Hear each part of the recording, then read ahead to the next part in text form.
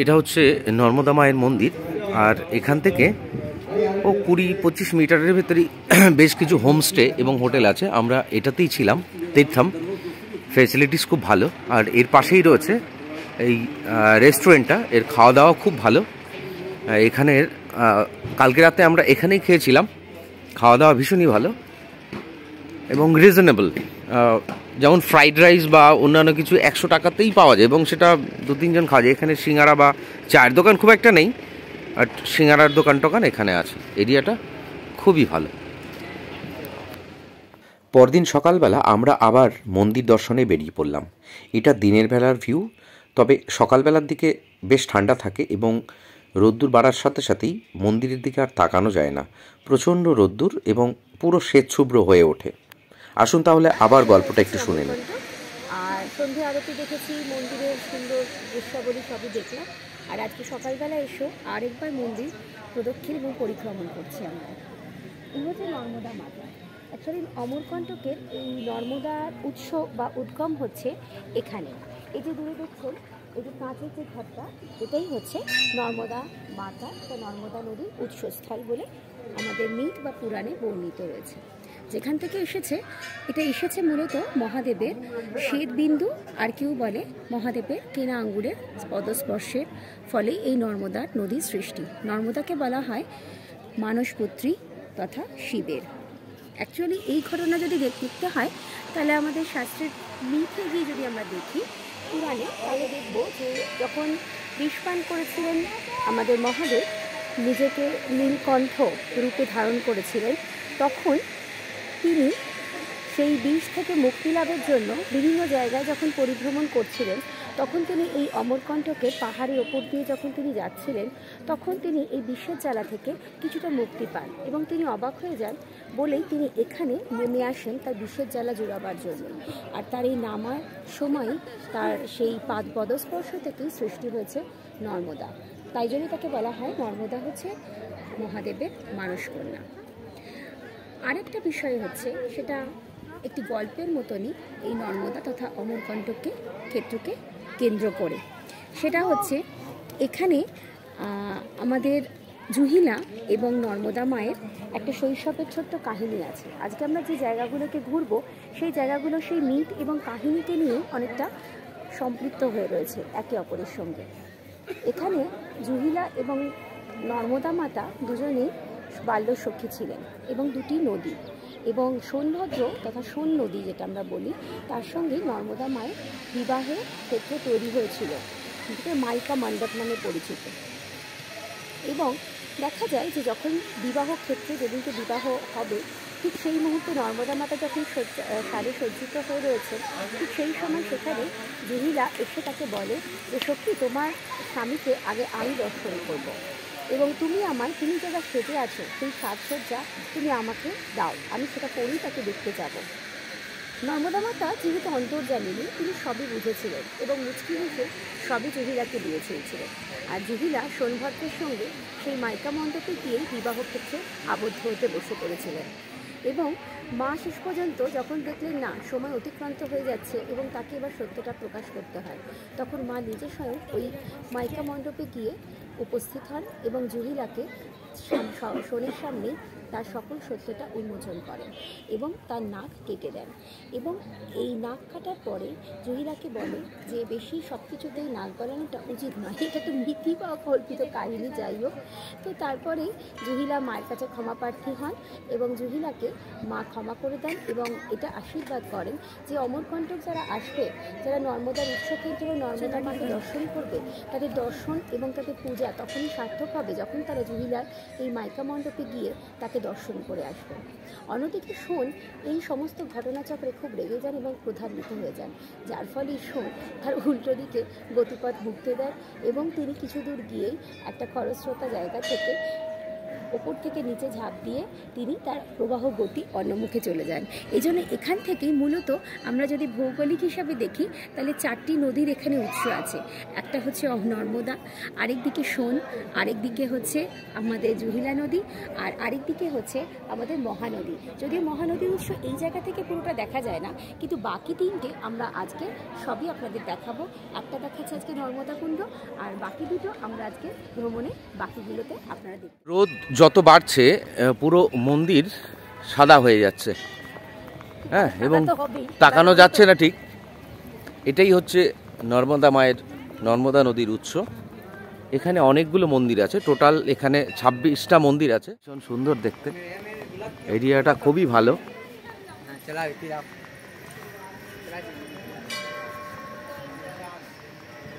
খুবই ছোট জায়গার ভেতরে। এরপর আমরা চলে যাব এখান থেকে কালচিনি মন্দির। সম্ভবত ওটা 18 শতকের এএসআই কর্তৃক সংরক্ষিত একটা মন্দির।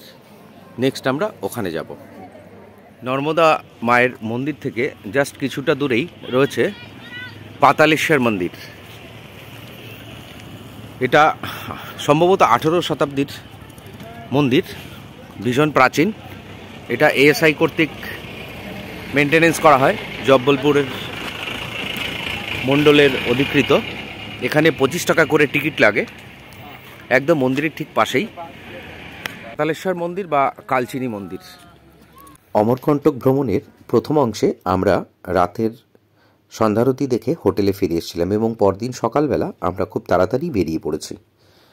তো আজকে আমরা যে যে জায়গাগুলো ঘুরবো বা আপনারা যেগুলো ঘুরে দেখতে পারেন সেগুলো হলো কালচিনি মন্দির, যেটাতে আমরা এখন আছি।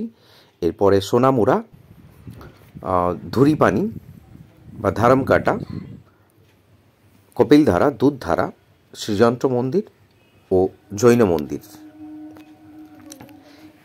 আপনারা অবশ্যই সকাল সকাল বেরিয়ে যাবেন, কারণ শর্ট ট্রিপে এলে পরে 3 রাত 4 দিনের ট্রিপে এলে পরে আপনাদের সকাল সকালই বেরোতে হবে এবং বেরিয়ে এই জায়গাগুলো অনেকটা সময় তাহলে আপনারা এনজয় করতে পারবেন। দর্শন করেই সবচেয়ে প্রাচীন মন্দির, যা নর্মদা মাতার মূল এখন যেখানে পুজো হয়, সেই মন্দিরের আগে নির্মাণ হয়েছিল যে মন্দির, আমরা এখন সেখানে রয়েছি। এটা আর্কিওলজি অফ সার্ভে অফ ইন্ডিয়ার তত্ত্বাবধানে রয়েছে ভোপাল শাখা থেকে। এটা করিচুর বংশ রাজারা এই মন্দির প্রথমে নির্মাণ করেন। নাগর শৈলীতে নির্মাণ হয়েছে পুরো মন্দিরটাই। আদিগুরু শঙ্করাচার্য এখানেই প্রথম এসেছিলেন। এই মন্দিরের বিশেষত্ব হচ্ছে এই মন্দির থেকে নর্মদার যে নদীর মেন যখন বেরোচ্ছে তার যে রূপ অসাধারণ দেখা যাচ্ছে।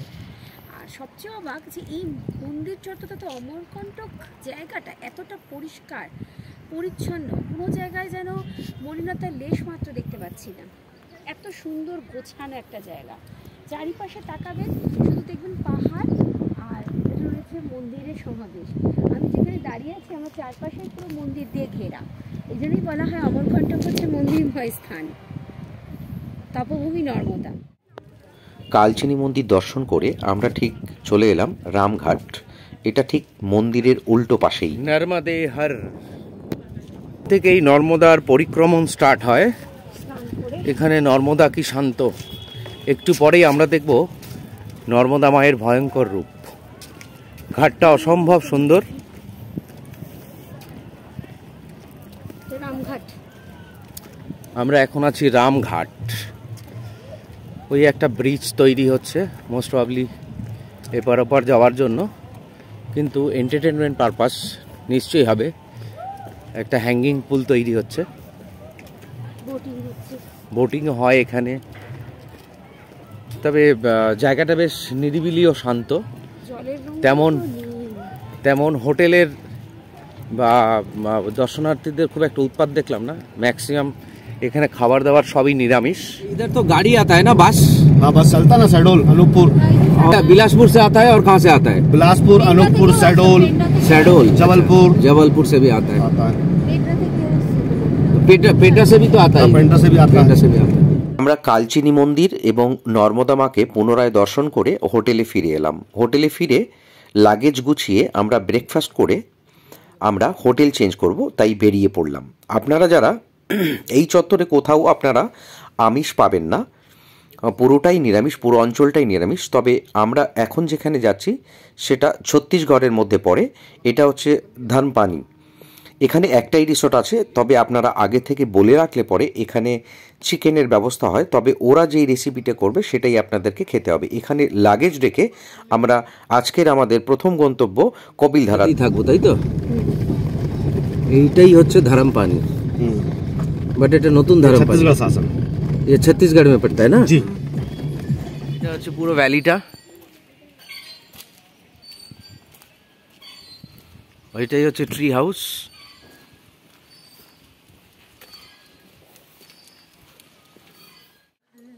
আজ রাতে মানে 31st নাইটে আমরা আজকে এখানেই থাকবো, তো ঝটপট লাগেজ রেখে আমরা বেরিয়ে পড়লাম।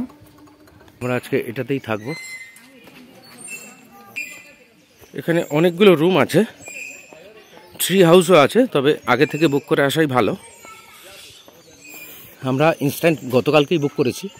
খুব বেশি দেরি না করে আমরা বেরিয়ে পড়েছি। আজকের আমাদের দ্বিতীয় গন্তব্য কপিলধারা।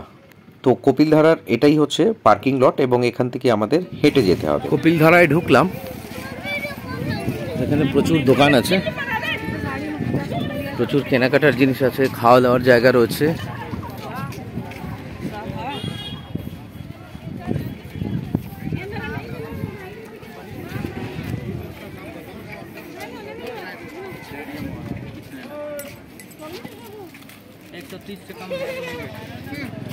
दादा ये साइकिल का कितना? 50। दादा ये साइकिल का कितना? साइकिल 4.5।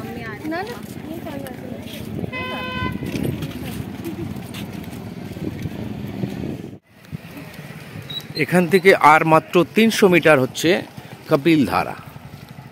কপিলধারাতে একটা মন্দির তৈরি হচ্ছে নতুন, আন্ডার কনস্ট্রাকশন, এখনো তৈরি হয়নি। জায়গাটা খুব সুন্দর। আজকে 31 ডিসেম্বর, তার জন্য লোকের আনাগোনা অনেকটাই বেশি। তবে এখানে প্রচুর হনুমান ও বাঁদরের উৎপাত আছে। মোবাইল, ক্যামেরা, সানগ্লাস সাবধান। এটা কী গাছ আমি জানি না, তবে খুব সুন্দর লাগছে। গাছ থেকে অটোমেটিক্যালি ফলগুলো এবং কাণ্ডগুলো ঝরে আসছে।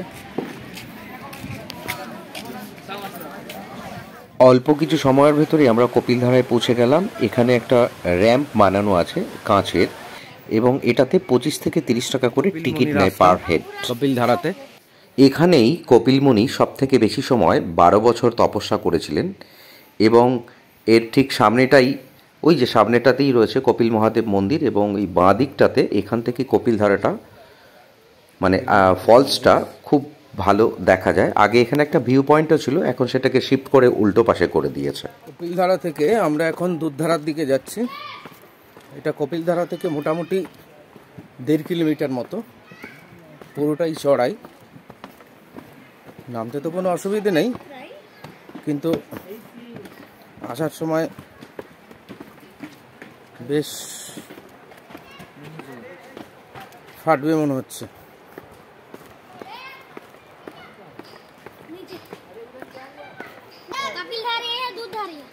একটুখানি আসার পরে রাস্তাটা ডিভাইড হয়ে গেছে, নিচে নেমে সিঁড়ি দিয়ে ডান দিক দিয়ে গেলেই দুধধারা রাস্তার বাঁ দিক দিয়ে গেলে कपिलधारा फुल व्यूटा ভালো দেখা যায়। दूधधारा किस तरफ है? इस तरफ है, आपके ब्लॉग में हम लोग भी आना चाहिए। हाँ हाँ डेफिनेटली आ जाएगा, कोई बात नहीं, आप बोलो। इस तरफ है, इस तरफ है ना? ओके, थैंक यू दादा, आपका हार्दिक अभिनंदन। Thank you thank you. Station দেওয়া রয়েছে দুধধারা এই দিকটায়। রাস্তাটা বেশ পিছল, স্লিপারি হবে রাস্তাটা, বাট আলটিমেটলি আমরা চলে এসেছি। আপনারা আসতে পারেন, কারণ অনেকেই একটু বয়স্ক বা একটু অনেকেই মানসিকতার দিক থেকে যারা একটু না পারবো না এই ধরনের হলে হবে না, বাট খুব একটা কঠিন না, সবাই আসতে পারবে। আমরা পৌঁছে গেছি দুধধারাতে। এখানে দুটো গুহা আছে, একটা দুর্বাসা মন্দির, একটা কপিল মন্দির। দুধের মতো সাদা বলে এটাকে দুধধারা বলা হয়। চলুন তাহলে আমরা এই গুহাটার ভেতরেই এখন ঢুকবো। খুব বড় গুহা কিছু নয়, ছোটই, তবে খুবই ভালো। এটা দুর্বাসা মুনি বসে আছেন। চলুন তাহলে ভেতরে ঢোকা যাক। একটু অন্ধকার, মোবাইল জ্বালিয়েই আসতে হবে। নর্মদা মা।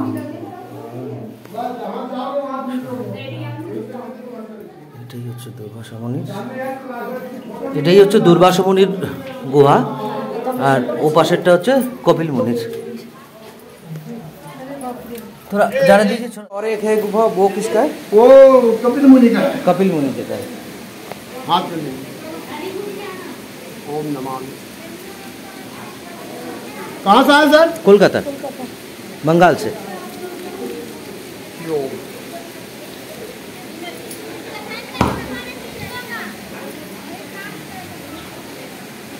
जय हो प्रभु आपका। इसका क्या करें? ग्रहण करना। अच्छा अच्छा अच्छा। 20,000 मंत्र में बहुत बनता है। आग जलाते हैं, जड़ी बूटी डाल के, घी से, जवातिल हल्दी से डाल के, फिर गुरुजी लोग मंत्र उच्चारण करके हुमन करते हैं, फिर वो राख बनता है, जो आपको प्रसाद मिलती है। इससे बड़ी प्रसाद दुनिया में है ही नहीं। দুর্বাসা মুনির ঠিক পাশেই এটাই হচ্ছে কপিল মুনির গুহা। দুধধারা আসলে জহিলা নয়, দুধধারা হচ্ছে মাতা নর্মদারই আরেকটা অংশ। এখানে ঋষি দুর্বাসা তপস্যা করছিলেন এবং নর্মদার, আর মাতা নর্মদা তাকে দেখা দিয়েছিলেন এখানে এসেছে, তপভূমি এখানে এসে তিনি দেখা দিয়েছিলেন কামধেনুর যে ব্যাপারটা, কামধেনুর, হ্যাঁ কামধেনু রূপে। কামধেনুর দুধ যেমন সাদা ফেনা এবং কি বলবো সাদা ফেনার মতন এবং প্রচণ্ড পরিমাণে জোরে বেরোয় বলা হয়, ঠিক সেরকমভাবেই যেহেতু এখান দিয়ে মাতা নর্মদা কামধেনু রূপে এখানে তিনি প্রকট হয়েছিলেন, সেই কামধেনুর দুধের সঙ্গে তাকে তুলনা করে এই জায়গাটার নাম হয়েছে তখন থেকে ধারা। নিচ থেকে দেখি রাস্তাটা একটু উবড় খাবড় টাইপের আছে, বাট ভিউটা খুব সুন্দর। ওই যে ওপরেই ওই র্যাম্পটা, এখান থেকে অসম্ভব সুন্দর লাগে। কবির চবুতরাতে अब बोलिए। ये कबीर कुंड है, दूध धारा, इसमें दूध की धारा निकलता है सुबह 9 बजे। 9 बजे जैसे अगरबत्ती का धुआं निकलता है वैसा वो दिखाई देता है। वो कबीर साहिब का चबूतरा है। यहाँ पर कबीर साहिब बैठ के सत्संग किया था। ये बोर्ड में लिखा हुआ है कबीर साहिब जो है बांधवगढ़ से जगन्नाथपुरी जा रहे थे, तब यहाँ पर रुके थे, इसलिए इस स्थान को कबीर चबूतरा के नाम से जानते हैं। ऊपर में कबीर वट है, जो बहुत बड़ा बरगद का पेड़ है, वहाँ कबीर साहिब विश्राम किया था, इसलिए उस बरगद पेड़ को कबीर वट के नाम से जानते हैं। कबीर वट। और ये जो हल्दी जैसा जो पेड़ है गुलबुकवली है, जो नर्मदा जी का सहेली है, ये वाली। जो जहीला जहीला नहीं, ये गुलबुकवली है जो। अच्छा अच्छा अच्छा। इसके जो सफेद फूल निकलता है उससे आँख में जैसे छानी उनी होता है, उसके लिए दवाई बनती है। दवाई यहाँ मिलता है इसके आँख की दवाई। वाओ, धन्यवाद। পুরো ইতিহাসটাই তো শুনলাম, এবার তাহলে সচক্ষে একটু দেখে আসি কবির যেখানে ধ্যানে বসেছিলেন। এটাই হচ্ছে সেই কবির চবুতরা যেখানে উনি বসেছিলেন। এখান থেকে নিচটা অসম্ভব সুন্দর লাগে। আর এটাই হচ্ছে সেই বটবৃক্ষ যেখানে উনি ধ্যান করেছিলেন বা বসেছিলেন, এই সেই ফ্ল্যাগটা। এবং বটবৃক্ষটা অসম্ভব সুন্দর, বেশ বড়। আপনি এখানে যেখানেই যাবেন সেখানেই নর্মদা পরিক্রমণ মার্গীদের সঙ্গে দেখা হবে। এখানে পরিক্রমণ মার্গটা অনেক বড়। আমরা এখন চলে এলাম শ্রীযন্ত্র মন্দিরে। এই মন্দিরটা 20 বছরের ওপর ধরে তৈরি হচ্ছে। যিনি এই মহান্ত এই কাজটা শুরু করেছিলেন তিনিও এখন আর বেঁচে নেই। বছরের বিশেষ বিশেষ তিথিতেই শুধুমাত্র কয়েকদিনের জন্যই কাজ হয়, যার জন্য কাজ খুব ধীর গতিতে চলছে। বিকেলবেলার দিকে অসম্ভব সুন্দর লাগছিল, তবে সকালবেলার দিকটায় বেশি ভালো লাগে। আমরা এখন চলে এলাম সোনমুড়া। এখানে সোন ও ভদ্র নদীর উৎসস্থল, ভিউ পয়েন্ট আছে, ঝর্ণা, সেটাতেই যাচ্ছি। যদিও আমরা ভিউ পয়েন্টটা যেতে পারলাম না, কারণ সরকারি কাজ চলছে, রাস্তাঘাটের সংস্করণের কাজ চলছে, তাই মন্দিরের দিকে চলে এলাম।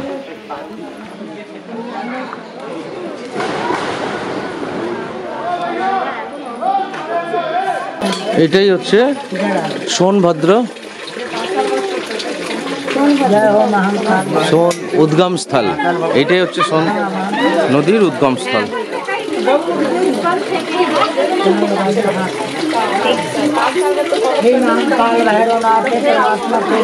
হ্যাঁ, সোন নদীর উৎসস্থল এটাই। ঝর্ণা। की रक्षा कीजिए, उनकी मनोकामना पूरी कीजिए। जय हो महाकाल।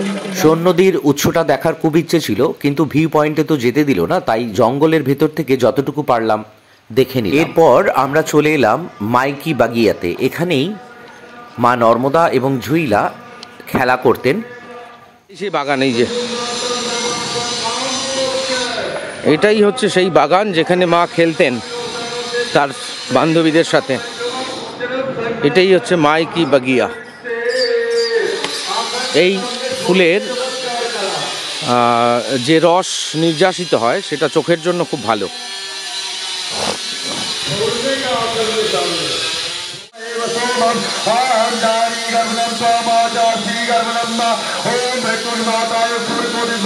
অমরকণ্টকে মন্দিরের খুব কাছেই ঠিক পেছনে ভারত সেবাশ্রম সংঘের আশ্রম রয়েছে, আপনারা চাইলে যোগাযোগ করে আসতে পারেন। আমরা এবার চলে এলাম, আজকের আমাদের শেষ গন্তব্য হচ্ছে জৈন মন্দির। এটা আন্ডার কনস্ট্রাকশন, এখনও কাজ চলছে। এটা দেখে আমরা রাতে আবার হোটেলে ফিরে এলাম। পরদিন সকালবেলায় ভ্যালিটায় সূর্য ওঠা মানে সানরাইজের যে ভিউটা, এটাই হচ্ছে সেটা। মেঘের আনাগোনা অসম্ভব সুন্দর। এরপর আমরা হোটেলে ফ্রেশ হয়ে চলে এলাম শম্ভুধারাতে। শম্ভুধারা কিছুই না, একটা বাঁধ মতো। এটা প্রচুর ঘন জঙ্গলের মধ্যে দিয়ে আসতে হয়, প্রচুর শালের জঙ্গল। এখানে প্রচুর পিকনিক হয় এবং জলের রঙটা পুরো নর্মদা নদীর মতো, পুরো নীল, শান্ত নিরিবিলি পরিবেশ, ভীষণ সুন্দর লাগে।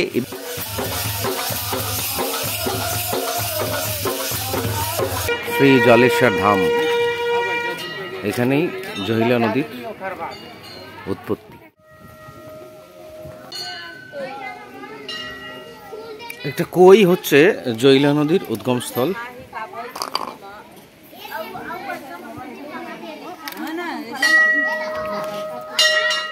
এরপর আমরা চলে এলাম অমরেশ্বর মহাদেব দেখতে। এই নন্দী মহারাজকে দেখেই বুঝতে পারছেন নন্দী ভীষণ বড়। এখানে 7 টনের একটা শিবলিঙ্গ আছে। পরিবারের সবাই ভেতরে গেছে, আমি বাইরে থেকেই দেখছিলাম। এরপর আমরা চলে এলাম আজকে আমাদের প্রায় শেষ গন্তব্য, এটা হচ্ছে দুর্গাধারা। দুর্গাধারাটা অসম্ভব সুন্দর এবং বেশ খরস্রোতা। আপনারা চাইলে এখানে স্নানও করতে পারেন। ওপর থেকে খুব সুন্দর লাগে এবং এর ওপরেও আরেকটা রাস্তা আছে, আপনারা চাইলে ওপরের দিকেও যেতে পারেন। আমরা বেশ কিছুটা সময় এখানে কাটিয়েছিলাম, কারণ এরপরে চলে যাব আমরা মাইকি মণ্ডপ। এটাই হচ্ছে মাইকি মণ্ডপ। দুর্গাধারা থেকে মোটামুটি 4 থেকে 4.5 কিলোমিটারের ভেতরে। দেখুন দুটো কুণ্ড টাইপের আছে, দুটো কুণ্ডের দুরকম জল। আসুন তাহলে এখানকার গল্পটা একটু শুনি। আজ আমাদের অমরকণ্টকের শেষ দিন। আমরা আজকে আমাদের মোটামুটি অমরকণ্টকের শেষ দর্শনীয় স্থান, এটা হচ্ছে মাইকা মণ্ডপ, যেখানে মা নর্মদা মাতার সঙ্গে সোনের বিবাহ ক্ষেত্র তৈরি হয়েছিল। এই স্থানে সেই বিবাহ স্থল, যেখানে মায়ের বদলে জহিলা মায়ের সাথে সজ্জিত হয়ে ঘুমটা ঢেকে বিয়ে করতে নাকি বসেছিল আমাদের মিথ অনুসারে। তো এই মন্দিরটি দর্শন না করলে নাকি অমরকণ্টকের পুরো যাত্রাপথের সম্পূর্ণ তীর্থফল লাভ হয় না। তো আমরা আজকে শেষ দিন বলে আমরা এটাকে শেষ দিনই রেখেছিলাম, যে আমাদের যাত্রাপথে মানে আমরা এখন বিলাসপুরের দিকে যাচ্ছি, তো বিলাসপুরে যাওয়ার পথেই আমাদের এই মন্দির দর্শন করেই আমরা আজকে রাত্রেবেলা বিলাসপুরেই থাকবো। চলুন তাহলে, গল্পটা তো শুনলেন। এই ঝর্ণা বা এই ছোট নদীটা ক্রস করেই উল্টো পাশে গেলেই মাইকি মণ্ডপ। এই মণ্ডপে যাওয়ার আগেও একটা মন্দির আছে, আপনারা এখানে পুজো দিতে পারেন। এটাই হচ্ছে মাইকি মণ্ডপ। এই যেটা দেখতে পাচ্ছেন, এখানে মা বিরাজমান আছেন এবং সাথে রাম সীতাও রয়েছেন। তবে এখানে প্রচুর ভক্তের সমাগম হয়। আমরা বেশ কিছুটা সময় বিলাসপুরে বেরিয়ে পড়লাম। পথেই রতনপুর মহামন্দির আমাদের আর দেখা হয়। বিলাসপুরে কালকে এসছি, কালকে এসে রাত্রেবেলা এই হোটেলটাতেই ছিলাম, যেহেতু আমাদের সকালবেলা ট্রেন, তো ট্রেন লেট আছে, দুরন্ত 2 ঘন্টা লেট দেখাচ্ছে, তো একটু দেরি করছি, নাহলে এতক্ষণ বেরিয়ে যেতাম। এই হোটেলের ফ্যাসিলিটিস খুব একটা খারাপ না, রুম ভীষণই ভালো। রুম নিয়েছে মোটামুটি আমাদের 2টো রুম নিয়েছি, 2 বেডেড, 1,500-3 হাজার মতো রুম নিয়েছে। আপনারা এখানেও ট্রাই করতে পারেন, তবে এখানে প্রচুর হোটেলস আছে। স্টে করার জন্য। রিজনেবল প্রাইসেই পেয়ে যাবেন, একটু দামাদামি করতে হবে। আশা করছি অমরকণ্টক ভ্রমণ বৃত্তান্ত আপনাদের ভালো লেগেছে। যারা এখন ওর চ্যানেলটা সাবস্ক্রাইব করেননি, সাবস্ক্রাইব করে নেবেন। ধন্যবাদ। দেখা হবে পরের কোনো ব্লগে।